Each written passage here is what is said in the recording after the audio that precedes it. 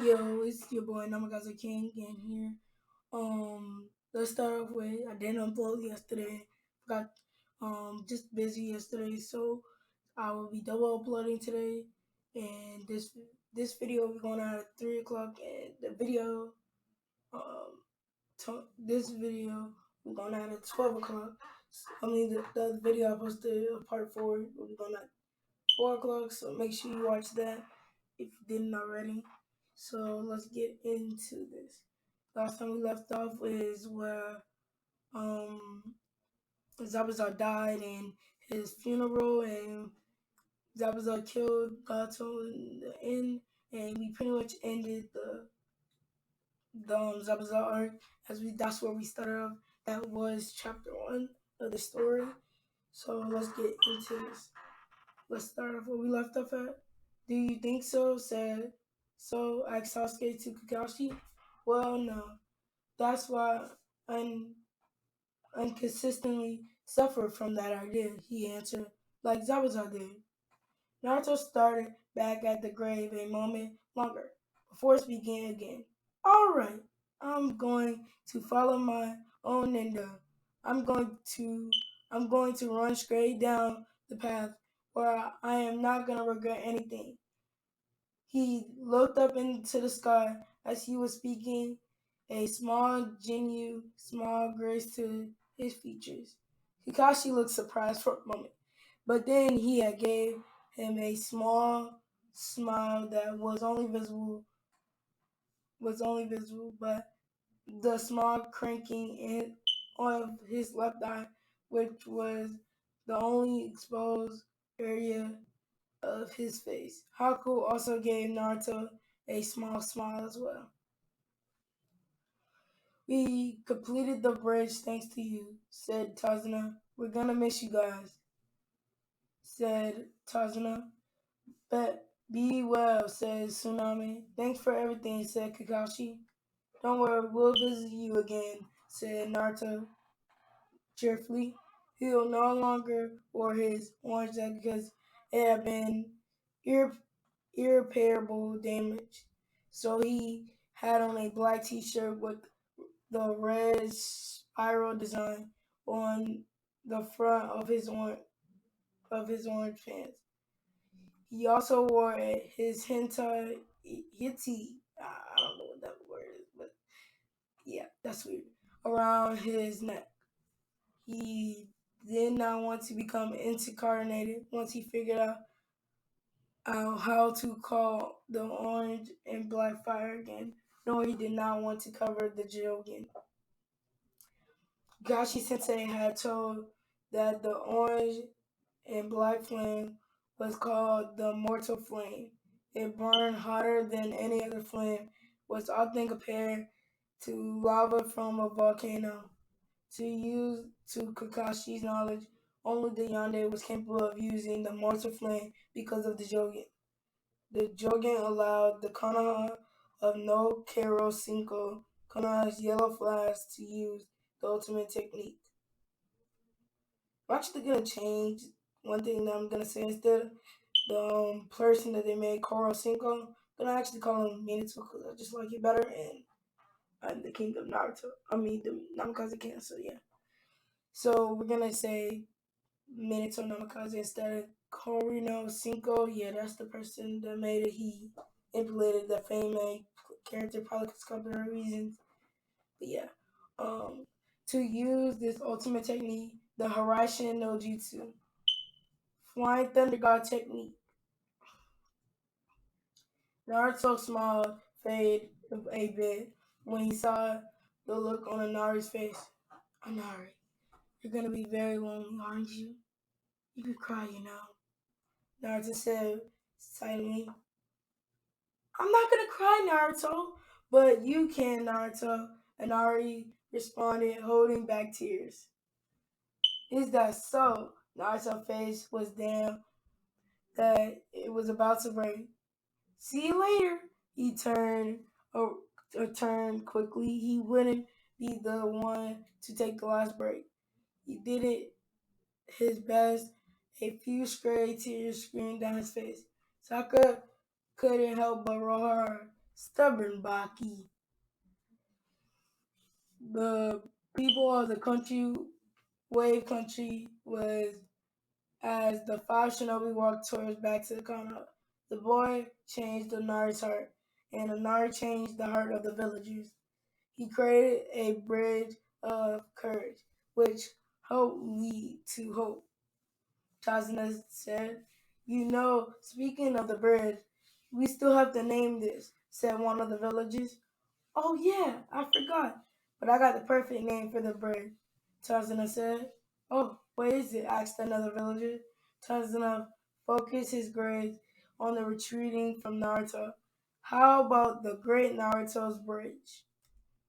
Tazunami giggled that a good name for it, said Tsunami. I keep saying, I don't know what. Yeah, it's Tsunami.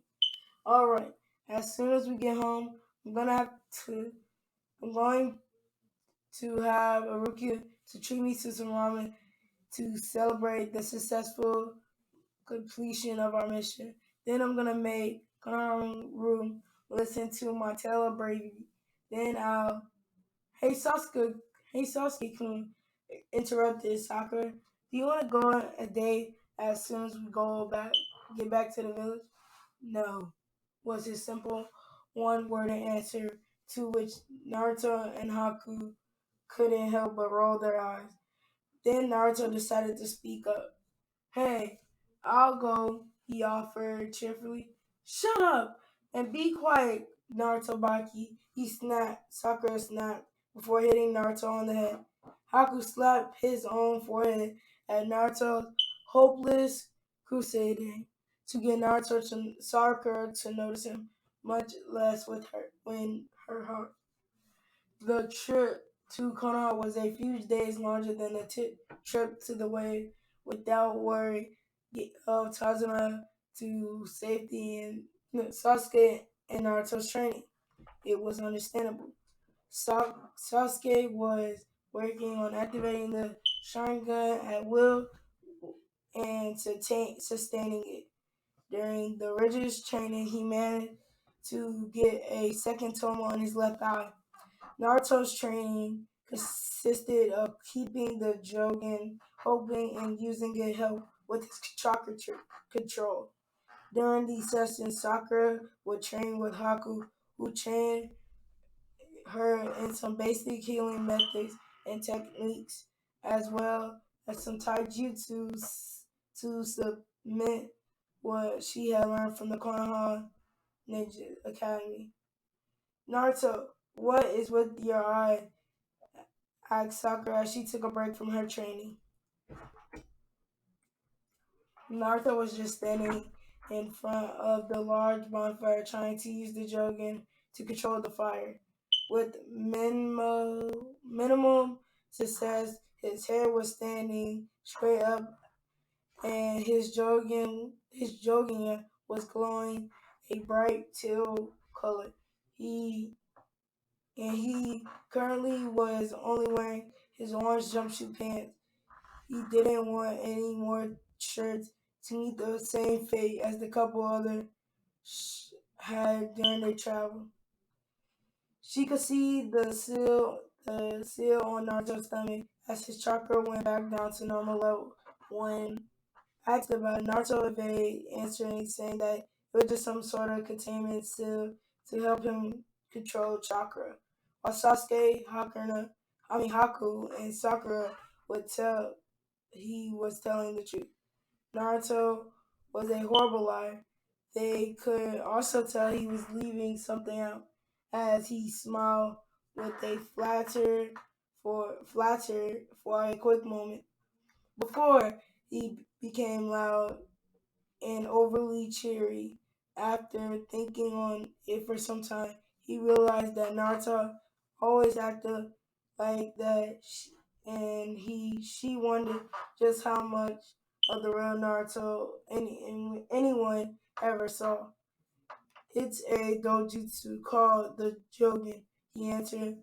"It's like a dojutsu like Sasuke's Tima Sharingan or the Hyuga clan's Byakugan. He turned to look at her specifically. Uh, I don't know what that word is. Some of these words are just annoying, but yeah. After finding out he had a bloodline limit, he had practically grilled at Kakashi and Haku on everything they knew about other Kenki Genkai that could be found in Konoha or anywhere else. Haku told him about his Hoton ice release, which means ice release ability. Kakashi mentioned one that had been found in Konoha and used by the Shunde Hokage. It's called Wood Pulse, which was through the two had been raided by the lightning blade. Of course, the hold on. Ice release Genki Genkai was thought to have been wiped out, so there couldn't be other unknown survivors of the blood limit extermination that took place all those years ago. Thought it was highly unlikely. Not much was really known about it since the massacre had happened a decade prior to Lightning Blade. I don't know that Lightning Blade, but it's called Kiri, I think. No. I keep saying Lightning Blade. I don't know what Kiri means. I gotta look that back up, what it means in it. But Kiri had all records of their native Genkais destroyed. Alright, hold up. Let me just see something real quick. Okay. Surely it can't be as Kakashi interrupted what Sakura had been saying by covering her mouth. Trust me, Sakura, whatever you do, do not under any circumstances insult that eye, even unintentionally. He told her. The look in his eyes exposed was enough to place her anger abundantly temporarily. Even if even Sasuke and Haku looked curious about his reaction. The original of the Jogan are a mystery. Unlike the Byakugan or the Sharingan, it's not a Dojustu native to Konoha. In fact, it's so rare that there was only one other site of the Jogan in all of element countries. Other than the fact that the majority of the Jogan abilities are unknown, even to those bloodlines launch. What really sets it apart from other Jojutsus is the fact that it's consentless, separated from the wilder. Everyone I've seen insult the eyes has died, no matter much more powerful they were than the wilder. Oh, let me see where I'm at. Okay, I'm gonna end it soon, but not now. You said there was only one other person that possessed the Jogan, and considering what you just said, sounded like you knew that person. Who were they? Asked Sakura. I mean, we never learned about the Jogan in the academy. And she glanced quickly at Naruto as she took a deep breath before continuing. As far as anyone knows, Naruto doesn't have any family. What happened to them? She was very hesitant to ask. After all, it was very hard to miss the glares that the town people sent at their blonde teammate. One would be often think that was for all the pranks the blonde ninja had done in the past. However, the emergence of the Dojustu, one had wondered if his family had how dishonored Konoha, while she carelessly didn't want to pray too far into other people's business. Kakashi glanced quickly at Naruto, whose facial expression was wearing a saddened frown. After we got back, Kakashi and I have to talk to OJ-san first. Afterwards, we'll tell you what we can. He then turned and walked away to the forest from the campsite.